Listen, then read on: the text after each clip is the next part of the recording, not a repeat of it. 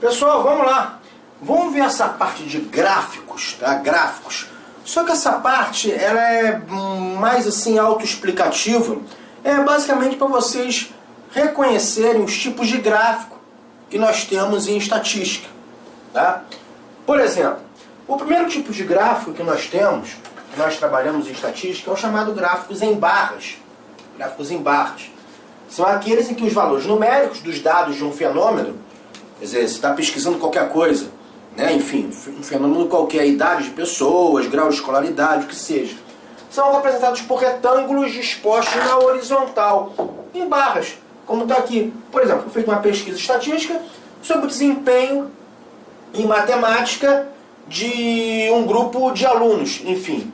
Então você pegou esses dados, esses grupos de alunos, né?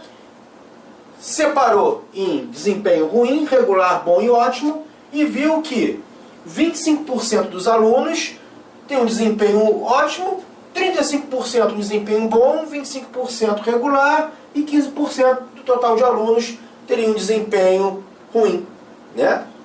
Beleza? Ok? Então você criou um gráfico em barras. Show de bola? Então, isso aí foi um mero exemplo, desempenho matemático. Então é uma maneira de você visualizar os dados estatísticos através de um gráfico em barras.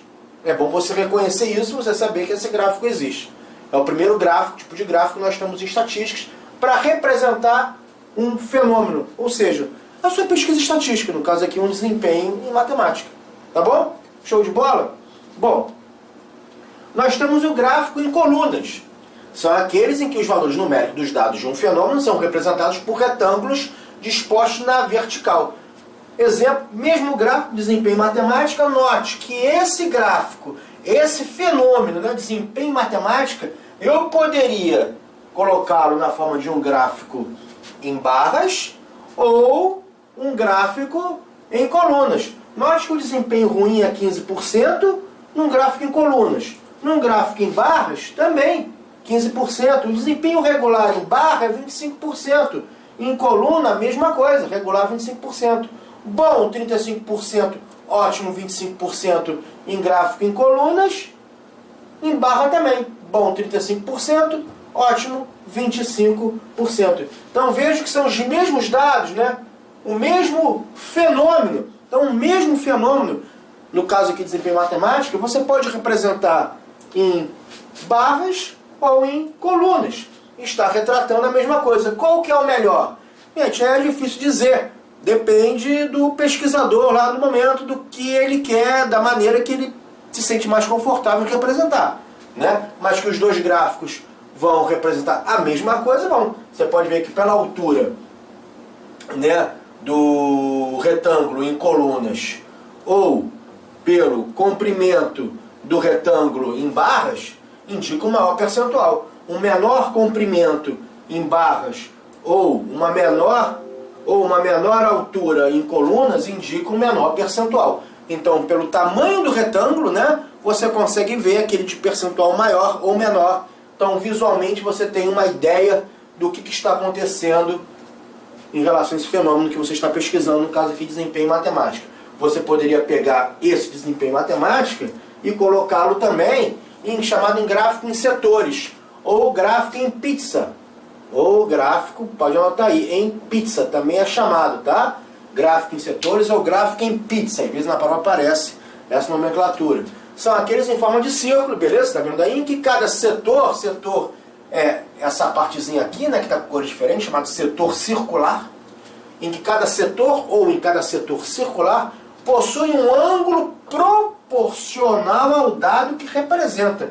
Então veja que naquele desempenho em matemática, o desempenho bom era 35%, né, o regular 25%, o ruim 15% e ótimo 25%. Lembra? Aqui, né, nos nossos gráficos. Então eu peguei esse desempenho em matemática e agora estou colocando ele em termos de setor circular. Setor circular. Cuidado só, que aqui pode ter uma continha que às vezes a prova pode pedir para você, que é o seguinte, ó.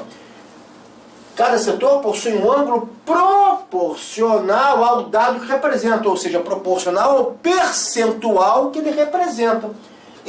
Então, por exemplo, o círculo todo corresponde a 360 graus, né? Então a gente pode dizer assim, ó, que 360 graus, deixa eu até colocar outra cor aqui, nós podemos dizer que 360 graus corresponde a 100%.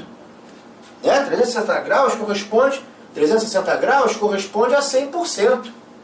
Ora, então, essa área aqui, né, esse setor circular de 25% corresponde a que ângulo? Né? A que ângulo? Tem que ser um ângulo proporcional a 25%. Ora, então x corresponde a 25%. Beleza? Então 360 graus é 100%. E 25% seria o quê? O x vai ser igual a regrinha de 3. Ó, 360 vezes 25 dividido por 100. Corta esse zero com esse zero. Então é isso que você tem que tomar cuidado. Tá? Então você vai fazer 36 vezes 25 dividido por 10. Essa é a conta que você vai fazer. Tá bom? 36 vezes 25, 900, né? Dividido por 10, 90 graus. Então esse ângulo aqui seria de 90 graus. 90 graus. Tá? Vamos pegar um outro aqui também, né? 90 graus, 25% aqui também, 90 graus. 15% seria o quê? 15%. Só colocar aqui, ó. 360 é 100%, 15% é x. Então aqui o x vai ficar 360 vezes 15 dividido por 100. Corta esse zero com esse zero. Então agora vai ser 36 vezes 15 dividido por 10. 54 graus. Então 15% significaria aqui 54 graus. Tá? 54 graus. Beleza? Ok? Então com isso você consegue ver o ângulo associado a esse percentual, que é proporcional. Bastando você saber que 360 graus é 100%. Aí 15% é x, 35% é x, 17% é x. Então, para cada percentual, você vai ter um ângulo correspondente. Por isso que ele diz aqui que cada setor possui um ângulo proporcional ao dado que representa. Ou seja, possui um ângulo proporcional ao percentual que está sendo representado. Ok? Então, só cuidado com essa continha aí, nesse caso aqui do gráfico em setores, ou chamado gráfico em pizza, né? Que, claro, a forma de uma pizza, aqui seriam as fatias da pizza. Beleza. Bom, um gráfico importante, né? E aí em prova o que você seria assim, um gráfico, posso até dizer mais importante em termos de prova, é o histograma. O histograma são gráficos em colunas justapostas, quer dizer, coladas, né? Nós já vimos isso, o histograma, lá em distribuição de frequência.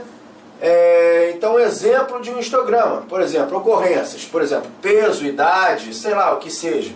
Então, aqui você tem as ocorrências, ou você teria aqui, sei lá, vamos entre 0 e 5, vamos chutar, sei lá, 2 pessoas, né, tem um peso X aí, o que seja, 5 pessoas, 9 pessoas, 12 pessoas e por aí vai.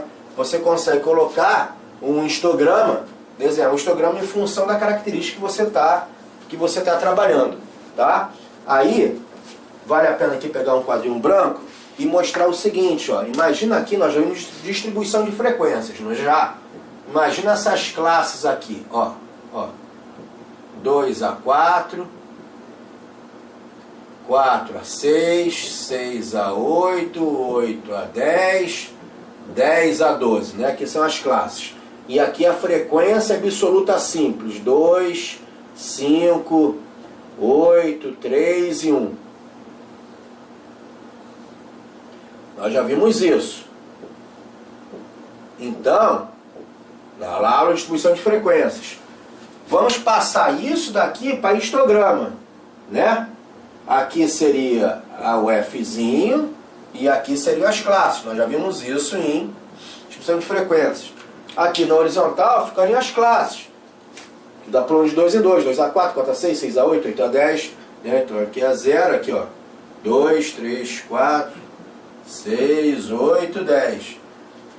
E aqui as frequências. 1, 2, 3, 5 e 8 aqui. Então você montaria o histograma, né? A classe de 2 a 4 corresponde à frequência 2. Então ela estaria aqui, ó.